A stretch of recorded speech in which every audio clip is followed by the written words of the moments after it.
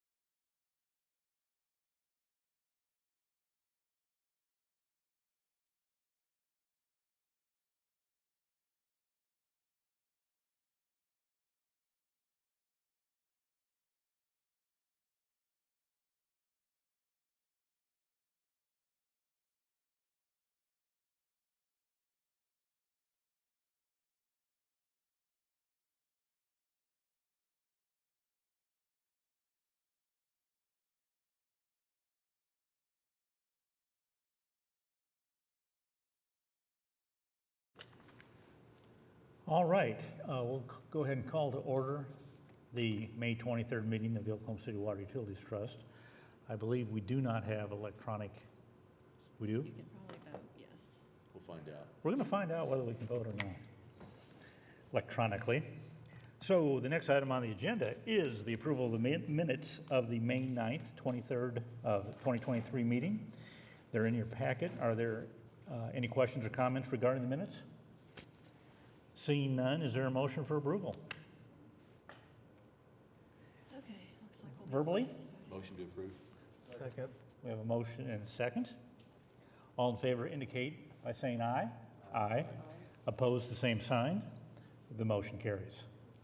Next up is a consent docket. Number of items on the consent docket, some preliminary engineering reports, audit contracts, some easements, some change orders. Number of items on the consent docket. Are there any items on the consent docket that the trustees would like to pull for individual consideration? Just out of curiosity, item 3F, the Hefner Dam erosion improvements, is that something that's done annually or periodically, or does anybody know? Yeah, when they're needed. Hmm? They don't do them on a regular basis at all. It's whenever some erosion shows up, then they go ahead and get a contract to Yeah, do but it. it's not done on a regular basis. No. Gotcha. Thank you. On item A, Mr. Weingart, there's a $15 million worth of improvements to the Hefner Water Treatment Plant. And it says because of aged wear at the plant, but they don't specify what the improvements are. Could you highlight those? Certainly. Filter hall, carbon dioxide system, water loop improvements, HVAC improvements, renovations, pump station and ventilation improvements, and a backwash tank relocation. All right, thank you. Is there a motion to approve the consent docket? Second. We have a motion and a second. All in favor indicate by saying aye. Aye. Opposed, the same sign. The motion carries. Next up is a concurrence docket. There's one item. It's a contract with the city. There are no AQUIT funds involved in that. Are there any questions regarding the item? Seeing none, is there a motion to approve the concurrence docket? So moved. Motion and a second. All in favor indicate by saying aye. Aye. Opposed, the same sign. The motion carries. Item 5 is an emergency contract. This was actually on the last meeting agenda that we had, but we didn't have 4 trustees to approve an emergency, so it's been redocketed for today. It's an emergency to do some filter rehabilitation at the Draper Water Treatment Plant. Are there any questions regarding this item? Seeing none, is there a motion for approval? Second? We have a motion and a second for approval. All in favor indicate by saying aye. Aye. Opposed, the same sign. The motion carries. Next up is items for individual consideration. First is item A, a resolution terminating for convenience a professional services agreement with Vanguard Utility Systems, automated meter reading system implementation. Mr. Weingart, could you, or Mr. Keith, one of you highlight this? Yes, Mr. Chairman. The City of Oklahoma City went out for proposals for a system to automate our meter reading, to attach devices to our existing meters and obtain new meters that would enable us to read them remotely.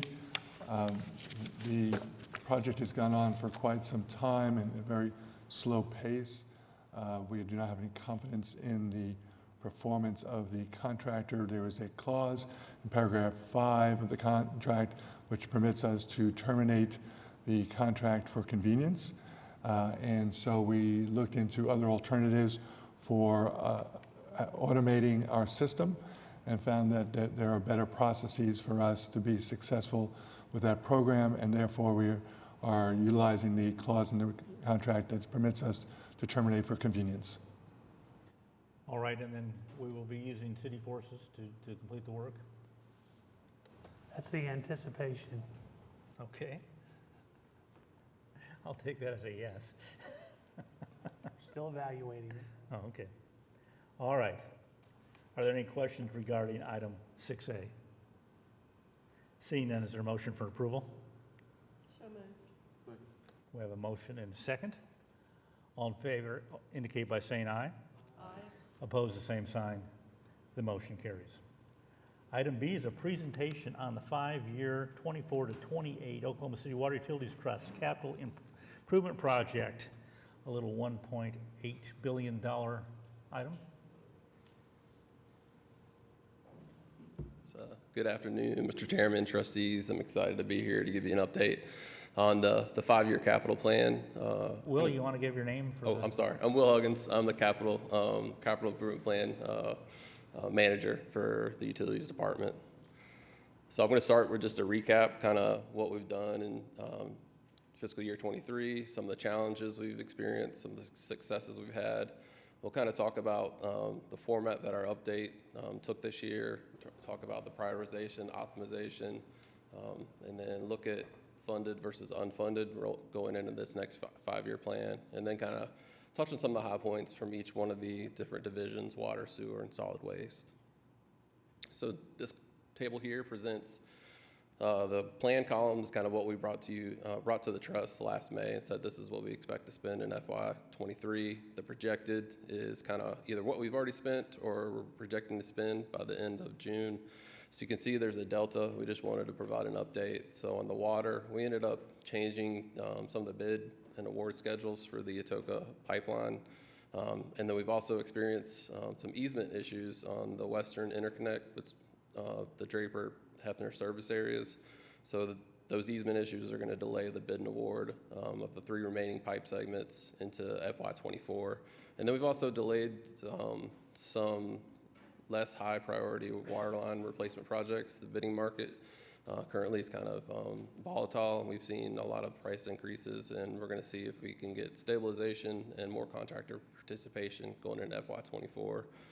On the sewer side, the delta there is we had the South Canadian project, which ended up awarding in the fall. We had hoped to have that out by the end of fiscal year 22, but it slid into 23. Then we also experienced an increase in the construction costs for the electrical improvements project at North Canadian wastewater treatment plant. So just some of the highlights on the construction side. We finished the first phase of the Atoka balancing tank project. You can see in the bottom left picture shows one of the tank sites. And then we also are wrapping up the Draper water treatment plant super scraper improvements project. The last train should be coming online in the next week or so. I think they're going through startup and testing. Picture on the top right is the MacArthur elevated storage tank. We completed a rehabilitation of that tank along with some structural repairs to bring it back into good condition. The bottom right picture shows progress going on at Hefner Water Treatment Plant with the new lime facility. As you can see, we're getting vertical now with the building. We've got some of the chemical storage tanks, and it's progressing. And then also, the second Atoka pipeline, we now have 4 segments that have been bid and awarded and under construction. And then in terms of kind of what we've accomplished on the design and bid and award side, we awarded the South Canadian project I mentioned, also completed some value engineering efforts with the consultant and the contractor, brought those change orders to the trust last fall. We awarded a big project in North Canadian wastewater treatment plant that's going to revamp the electrical system out there. We've awarded 1 Atoka pipeline segment this year with 1 more plan. We're targeting, I think, the second docket in June. And then we've completed several preliminary design studies for some wastewater treatment plant projects, such as the North Canadian wastewater treatment plant disinfection and dechlorination project. And we've also completed similar studies at the water treatment plant. So on to some of the challenges. Wasn't all successes without some obstacles. We continue to see construction cost volatility. We've been proactive in how we mitigate the impact of those.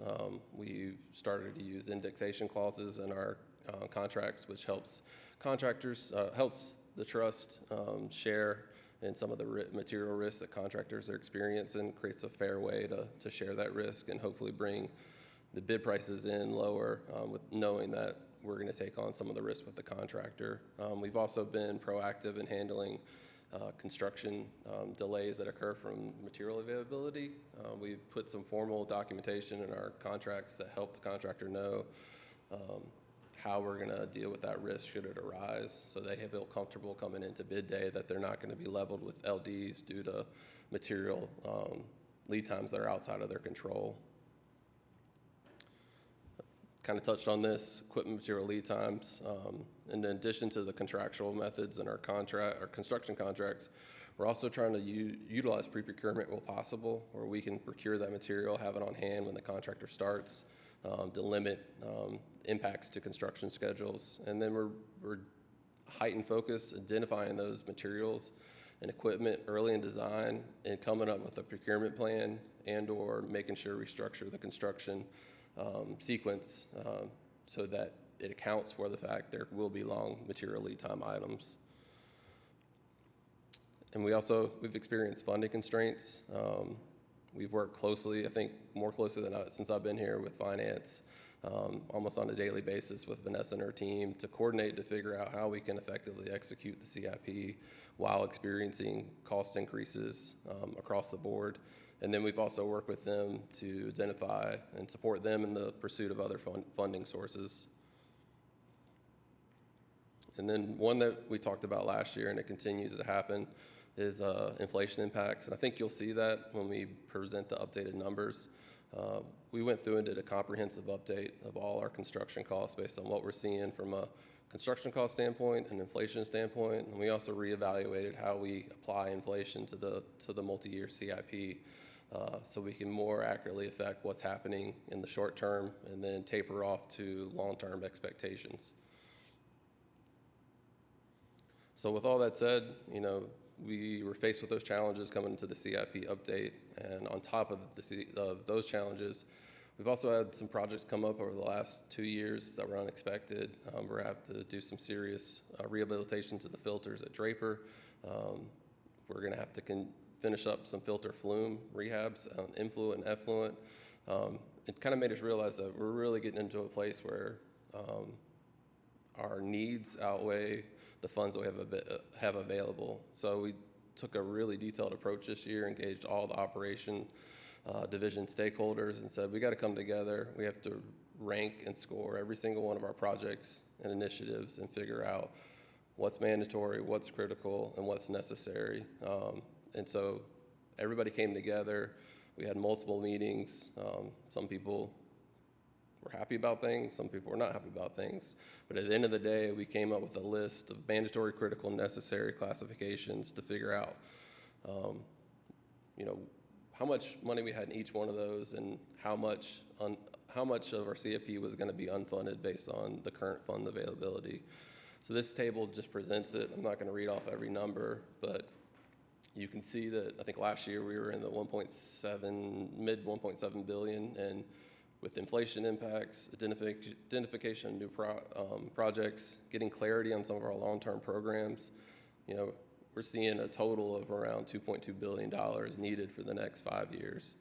So with knowing that we didn't have that available, we sat down with finance and operations and basically came up with a plan to fund mandatory and critical projects in water. We can fund the mandatory projects in sewer, and we can fund all the projects in solid waste. And just to provide a little bit of context, so mandatory, we envision that as something that's either required from a regulation standpoint, continuity of service, where a system's about to fail or has failed, or critical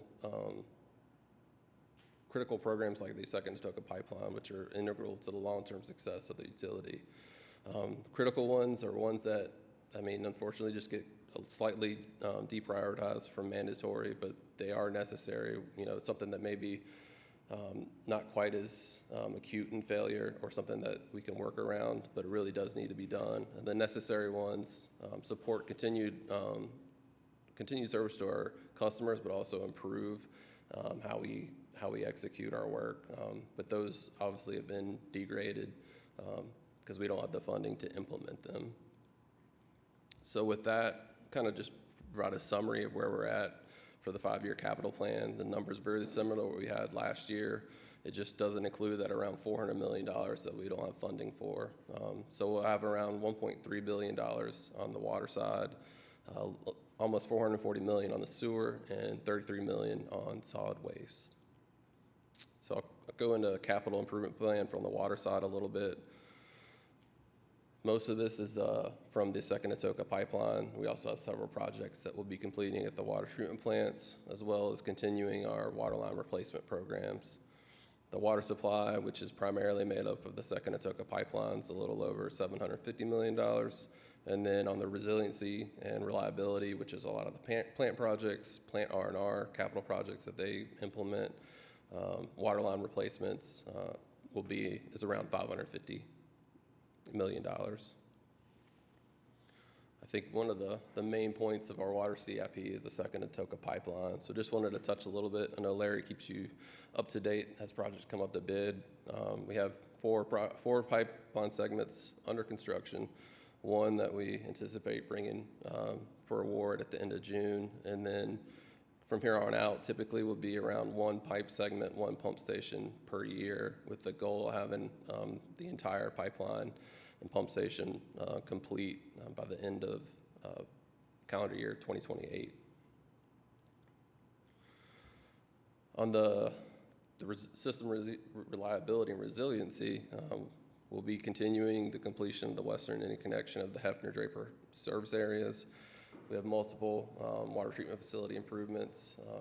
There's a report that was on the agenda today to accept for various improvements at Hefner. We'll also be doing a filter rehabilitation project at Draper, as well as another clear well project at Draper. We'll be replacing water mains. Our business enterprise group with the operations divisions is going to implement an enterprise asset management system, which will help them get a real good handle on the long-term condition of our system components and how we need to address those in the future in the CIP. And then we'll also undertake a Draper water treatment plant master plan to figure out how we take Draper from 150 million gallons a day to the long-term vision, which is 400 million gallons a day plus. We'll go ahead and lay out the roadmap and see what that CIP cost will be. On the sewer side, we've got a spike kind of in 2024. We've got several projects: the disinfection project in North Canadian, electrical improvements at Deer Creek, biosolids and odor control at Deer Creek. Those all will be ideally taking place in fiscal year 24. Then it kind of levels off a little bit, and then the spike that you see in 2028 is the planned expansion of Deer Creek wastewater treatment plant. This slide just kind of has some of the highlights. We have an ongoing aeration system improvements project that has improvements planned at Deer Creek, North Canadian, Chisholm Creek. We also have electrical system improvements going at Deer Creek. We'll be doing the first phase in the next, designing over the next 12 months. And then we'll be continuing our condition assessment of the gravity system, and we're also adding in a force main assessment program as well. On the solid waste side, it's typical. It's mainly purchase of carts and equipment. We are actually going to do some improvements that are needed at the solid waste administration building, which kind of is shown in that general improvements pie slice. So we're going to do some admin building improvements that they need out there and some parking lot improvements. And then separate, it's not part of the Aquit CIP, but the director just wanted me to touch on some of the higher profile Tinker CIP initiatives that'll be going on, particularly in the next 12 to 24 months. We'll be bidding and awarding the Tinker operations building, the Tinker SCADA upgrades, replacement of a well out on the Tinker site, and then continue the initial system deficiency projects that we need to complete. And with that, I'll kind of wrap up and just take a minute. I know one of our things that we're focusing on in utilities is recognition, and I think it comes from having an attitude of gratitude. And I really just want to thank a few groups of people that are helpful in implementing the CIP that don't always get recognized for that. Our operations divisions really participated and engaged in our prioritization and optimization, which took a lot of work. I had a lot of spreadsheets I had to fill out. They had to come to no less than 5 meetings, but they were there, they showed up, and they helped us get to what I think is an effective CIP based on the funding we had. I want to thank our project managers that we have on staff. They're the ones that keep the CIP going on a day-to-day basis. And I wanted to thank Vanessa and her team. They help us make sure that we have money to pay for these projects. And they help, I can be strong-willed, but they help me in figuring out what can go, when it can go, and they bear with me and they're patient with me. And she really, I'd planned to roll out the prioritization effort next year when I had more time for detailed framework, but she kind of gave me a gentle nudge that it might be good, even if it's elementary, just to get something in place, and it was definitely the right thing to do. So I appreciate her on that. And then just want to thank our consulting engineer partners and our contractor partners, because there's no way we could implement the CIP without them participating with design and construction. And then obviously just want to thank the trust for continued support. So with that, is there any questions or comments? Questions regarding the CIP? The expansion of the Deer Creek Treatment Facility, what's kind of the timeline on that? You may have mentioned it and I may have missed it. So we're looking at doing the LOIs for the engineer solicitation sometime in mid-2025. And it'll be a multi-year design process with the idea that in fiscal year 28, we would advertise the project for bid and award and construction. And it'll be anywhere from a 24-month to a 36-month project, more than likely. Thank you. Other questions? I've got a little bit of a concern. We've got a 1.79, let's just say 1.8 billion dollar 5-year CIP. But you're really saying it's a $2.2 billion CIP, and we're really got $400+ million that we're not going to be able to accomplish at that time. And when you combine that with an operating budget that's gone up, not so much really, quite frankly, from the amended budget, but from the original budget last year, it's gone up quite a bit. And we've got increase in electrical costs, we have increase in chemical costs that are going up. We have increase on really all supply costs out there, certainly pipe costs and such, outside of the CIP, just for the operation side of things. Labor costs are going up. We're adding 16 additional employees, I believe, this year to the budget. And we have a finite rate base. We have budgeted, we have approved rate increases over the next, what do we have, 2 or 3 more years left? We just approved it, so we've got four more. 26. Yeah. But there's beginning to be some citizen pushback on the rates that I haven't seen, that I've seen recently that I haven't seen really in the last 30 years. More pushback on the rates, and so it really is finite.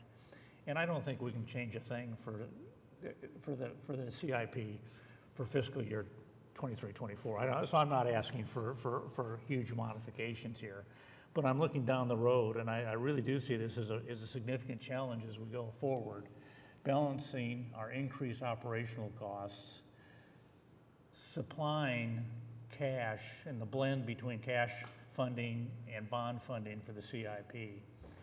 Oh, I forgot to mention the interest rates are going up also, by the way, on debt as we're going forward. And I'm not saying it's a crisis, but boy, it sure looks like it's a cloudy future out there right now until we clarify some of these things. And I can't remember your classifications you use for the 3 categories: mandated, Mandatory, critical, and mandated, necessary. critical. Well, mandated and critical both seem to me like you got to do them, and I'm not sure that that's totally true as we go through there.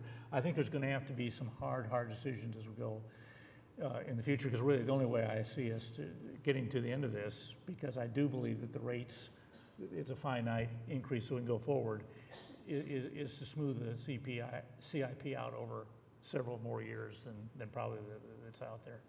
And again, it's hard, there's a lot of, you've all done good work on it and such, but boy, there's a lot of tough factors coming to the table at this point in time. And I mean, we just got to be ready, and we've got to have our eyes focused. I'm not saying, I don't think there's anything we can do in changing anything for 23, 24. But we've got to get a handle on what our priorities are as we go. And I know you're doing that and such. I just see this is going to be a real challenge as we go forward. So on that happy note, is there a motion to approve the 5-year CIP? Motion to approve. We have a motion and a second. Any further discussion? All in favor indicate by saying aye. Aye. Opposed, the same sign. And the motion carries. Next up, Vanessa, is the presentation on the fiscal year 24 Oklahoma City Water Utilities Trust budget. Yes, good afternoon, Chairman and Trustees. Vanessa Aguilar with the Utilities Department. This agenda item that we have for you today is the proposed FY24 Oklahoma City Water Utilities Trust budget. Our mission statement: we're committed to providing water, wastewater, and trash collection services throughout central Oklahoma to safeguard public health and the environment, support public safety, and enable economic prosperity. Several years ago, we created core business initiatives that align to City Council priorities. These include safety. We're committed to providing a safe work environment for our employees, but also for the public. Customer service. We're committed to providing quality customer service and meeting expectations for effective service delivery. Water supply. Securing additional water supplies and reliably delivering the water to central Oklahoma is a top priority. System resiliency and system reliability. Aquit will continue its efforts to maintain and upgrade the systems to enhance the reliability and the resiliency of the utilities in order to minimize the likelihood of a service disruption. Financial management.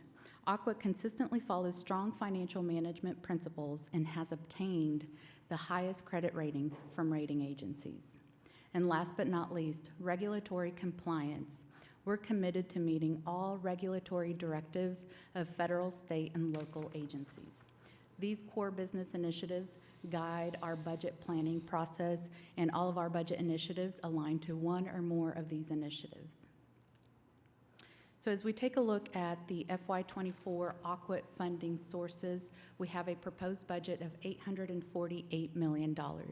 The primary source of funding to meet our needs comes in the form of debt construction proceeds to fund the water and the wastewater capital program. This is a blend of commercial paper program use, which is a line of credit that we use, as well as state revolving fund loans from the Oklahoma Water Resources Board. We have planned approximately $282 million to be funded towards the water capital and $87 million for the wastewater program. Thereafter, approximately $411 million come from utility service charges. This includes water, wastewater, and solid waste management service charges that we collect on our utility bills. We have withdrawals from cash reserves of $46 million. This was cash set aside in the current fiscal year for the award of capital projects that were rescheduled into fiscal year 24. $36 million of that cash reserves is from water for award of water projects in FY24, and $10 million is from wastewater. The remainder of our sources is about $22 million. This includes miscellaneous things such as interest earnings on our investments in our operating fund account. We have a billing system that Aquit owns, and we provide the billing service to other service providers, so there's a billing service chargeback. We also have system development revenue of about $6 million for water and wastewater. We have flow fee revenue from solid waste management. This is for all commercial or private haulers that dispose of waste at the local landfills within the city. That's approximately $2 million in revenue. And non-ratepayer revenues of about $1 million. This is revenues from recreational or non-operating activities that we collect. Now on the funding uses side, where are these uses being planned for in the coming year? $848 million. You can see there in the chart, the highest component, over 60% of our use will go towards the capital improvement program. About $381 million is for the water projects. We have $140 million planned for wastewater projects and $5 million for solid waste management. The next largest category here on this use pie chart is for city utilities operation. $102 million is what we have as planned transfers from Aquit to our city utilities department fund to pay for the utilities department budget. This funds all employee salaries benefits, insurance, and also services and supplies budget for our 11 divisions. The city's adopted budget for utilities department in FY24 is projected to be approximately $109 million. The difference between that number and what you see here is primarily reserves that we have budget authority for on the city side. We don't plan to use those reserves on any given year. They're operating reserves and salary reserves, and so that's why we have about a 94% projected budget execution of our authorized budget. Trust operation is targeted at $81 million for FY24. This primarily includes franchise fees, payments to the city, a lease payment, and also many of our professional services contracts and service providers. This may include from banking, legal, our trust engineer, financial advisor. Some of our service provider contracts include pavement repair, mowing, driveway repair. In this budget year, we've also added electricity and chemicals under the AQUIT budget. So the funding source for chemicals and electricity is now all centralized under the trust operations, where in current and previous fiscal years, this was funded in that line right above, which was city utilities operations.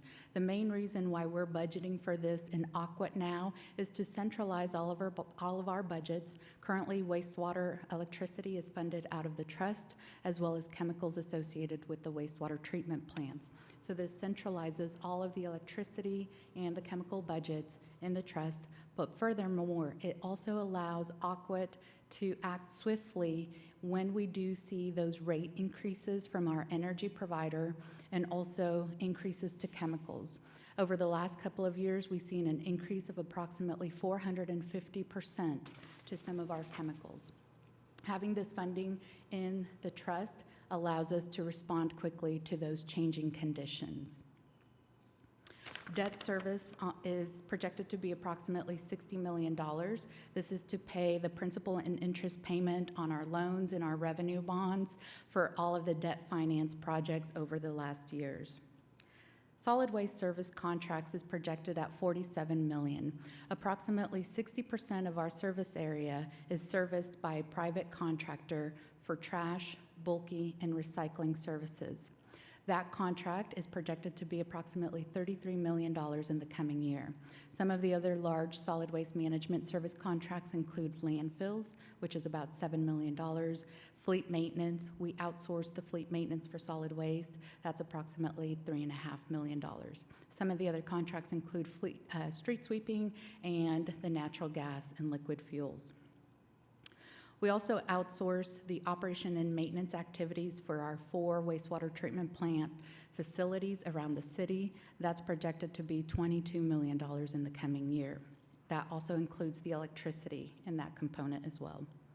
Other planned uses for AQUIT is about $10 million.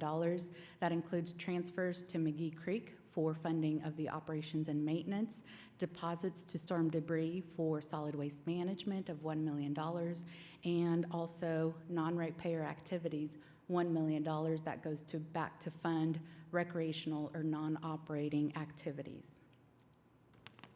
On this next slide here, we'll zoom in a little bit more into that city utilities operations summary budget. Again, I mentioned this is the city's department budget. And to highlight some of the changes that we have here, the department is looking at adding 17 positions. 8 of those are for regulatory requirements in order to meet regulatory changes that we're seeing. Another 8 of those positions are to continue to meet the customer service level expectations of our system. And 1 position is funded by the Tinker Air Force Base through our contract with the federal government. That's approximately $1.4 million for those position additions. We have our annual salary adjustments and related merit adjustments, insurance, retirement, that's $2.2 million. Salary reserve, we are anticipating a cost of living adjustment in this coming year, and so we are including a contingency in salary reserves of $2.2 million to ensure we have funding for that in the city budget. Department services and supply improvements, we are making an adjustment of almost $1.7 million, and this is primarily to address those inflationary cost pressures we've been seeing across our operation divisions for their operations and their services and supplies budget. So cost of materials has gone up. Services that we procure on the city side has gone up. So this is a general increase across the board to ensure that our divisions have the adequate funding to meet their day-to-day operations. Department transfers to Aquit, $17.2 million. This represents, as I mentioned on the previous slide, that transfer of electricity, chemicals, and also the fleet services program. We're centralizing all of that funding in the trust budget. And city chargebacks is $2.9 million. This is payments to the city for the support services that they provide, such as IT services, HR, and other administrative support services. The net change to our city budget is a reduction of 6%, or just under $7 million. The 2022 City of Oklahoma City Residential Survey continues to show the Utilities Department setting the benchmark across its 3 services that it's providing: trash collection, water service, wastewater service, and also in our customer service area. We continue to set the benchmark when we're compared to large cities of our size across the nation, and also compared to the nation as a whole. We're 15% or higher differential in each of these categories. Another statistic that we wanted to share with you today, we take a look at our system growth. Since 2013, we've seen a growth in our number of customers. We have added about 100,000 customers since 2013. That's a cumulative growth of about 19%. During the same time frame, in the blue bars, you can see that how many miles we've added to our system of water and sewer mains. That's a cumulative growth of 1,100 miles, or about 18% growth since 2013. Since that same time frame, in the orange line, we graph here our workforce. We've added 63 positions, or about 10% to our workforce. As you can see, our system growth is significantly outpacing our workforce.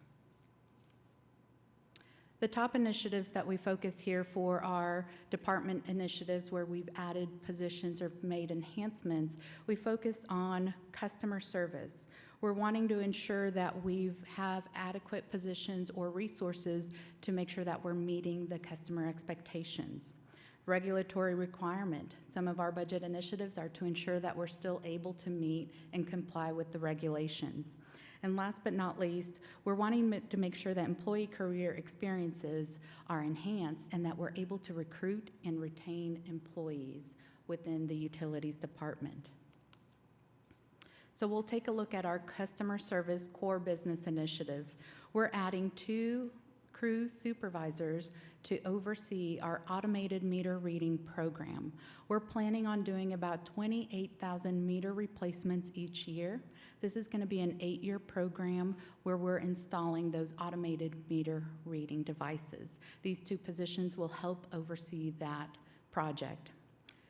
We're doing a residential plan review service enhancement. We're adding a position, an engineering assistant 2, to help manage the workload that we're receiving. We get about 800 residential permits each month, so it's increased in quantity and also in complexity. This added position will help inform residents of the availability of water, wastewater, and trash collection service before they're ready to do construction. We're also adding an engineering assistant 2 to the engineering division to support their CIP program, their raw water program, and their asset management program. As Will mentioned, the CIP is increasing in size and also in complexity. So we're adding this position to take over some of the administrative tasks, maybe some more of the technical tasks, such as entering information into the project management system, doing research, creating project maps, and document management. This will allow our engineers and our program managers to focus on their core functions of managing and executing the capital program. And lastly, Tinker Engineering Capital Program Oversight. We're adding a Civil Engineer 4, which is fully funded by the federal government to oversee all of the construction, all of the capital-related activities on the Air Force Base. As you may recall, 3 years ago, we entered into a contract with the federal government, a 50-year contract, where we are operating, maintaining, and improving both the water and the wastewater system. Some of the performance goals that are tied to these initiatives is 99% goal to have accurate meter reads. We want to have 95% of the utility bills issued within 2 days of the meter read, and not have 95% of those residential plan or permits reviewed within 15 days, and non-residential reviews completed within 10 days. Under regulatory compliance, we have enhancements to our pretreatment compliance program. Since 2019, we've established a pretreatment program within our department, and we've added staffing over the years to meet the needs of ensuring that we're monitoring, inspecting, sampling, reporting, following up with commercial establishments and also industries that may have potential to discharge contaminants into our wastewater system. So we want to make sure we're protecting what's going into our system and that they're properly disposing of potential contaminants. Some of these commercial establishments include medical facilities, dental facilities, medical marijuana facilities, car washes, fast food restaurants. This year, we're adding 2 environmental technician positions to take over the sampling and the monitoring activities that were previously being done by our contracted operator. So we're going to be taking over these duties from the contracted operator, bring it all in-house. That way we have the pretreatment program under one group. What this will do, this will also allow our contracted operator to focus on the operations and maintenance of our 4 wastewater treatment plants and allow them to do 24/7 staffing at the facilities. We're also looking at adding 3 plant operator 3s to our water plants. We have 2 water plants in the city, and we also want to ensure we have 24/7 shift coverage at the water plants. By adding these 3 positions, we're going to save about 5,500 hours in overtime, which is equivalent to about 2.7 FTEs. Last on this slide, we have the line locating law compliance. In November of 2022, the Oklahoma State updated the law in regards to identifying, locating underground infrastructure. They changed the timing where now utilities have 72 hours to mark the infrastructure and reply back whether we do have infrastructure or not. In addition, they also changed the timing where now they include Saturdays, which is typically a non-business day. So in order to make sure that we're meeting this requirement, we're adding 3 positions to make sure that we're meeting our targets. Vanessa, Yes. since that law was passed, are there more locates that are coming in? Not necessarily that there's more locates. So really, it's a scheduling issue then, isn't it? It's a scheduling issue, so we typically get about 250,000 locates a year. Historically, we only had to work about 60 or 70,000 of those, and the rest of those we didn't have to address. Now we're required to respond back whether or not we have infrastructure in the ground, but also that Saturday, it's a scheduling issue as well. So we weren't responding before if there weren't? It utilities wasn't in the area? required to do a positive response before.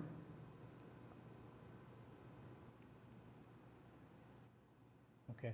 And we can follow up with more information on that. We can get more specific from our subject matter experts, but we only worked at the ones that we knew weren't necessarily clear, where we've identified it's something where they're digging a tree or something that wasn't applicable to our infrastructure. We would clear those, and now we're required to respond back to the underground agency. Okay. So we're adding 3 positions to help address the demand now to assume all of that workload. The performance measures that are tied to these initiatives, we want to make sure we have 95% of our commercial customers in compliance with the pretreatment program. We want to make sure we're meeting 100% of our water quality tests that meet the primary drinking standards, and we want to make sure that we're locating our utilities 100% on time. Now we move on to career enhancement. One of our key issues that we identified in our strategic plan was workforce stability and development. Some of the strategies that we identified in order to address these issues was to pursue training strategies to broaden employees' workplace skills and to continue the workforce succession plan to achieve career progression and meet job requirements. Over 10 years ago, we established a program called Utilities University. This is an education program that allows employees to enhance their knowledge and skills with a curriculum of 164 hours in a classroom and also in lab. Furthermore, more recently, we've added an onboarding program. For all of the new hires in the utility department, we are now educating them and having them learn about the 11 lines of businesses that the utilities department has, and they can see all of the activities, the functions, the services that each division provide, so they can identify potential career paths. This also helps our goal of retaining the employees and allow them to develop their career in our department. Some of the positions that we're adding related to career enhancements, we're adding a learning management administrator. This is a technical position that will help manage the system that is providing and scheduling over 22,000 hours of training for our 800 plus employees. Some of this training is online, some of it is instructor-led or in person. So this person will be that technical support of managing this cloud-based system, making enhancements, troubleshooting, and also one of the future projects we have is tying into the city's learning management system so they have an even broader curriculum available to further support their career development and training needs. We're also adding an administrative coordinator to the utilities HR department in the administrative division. This position will be supporting in writing interview questions, scheduling and doing outreach with candidates, processing hiring interaction documents. This position came as a need as a result of last year.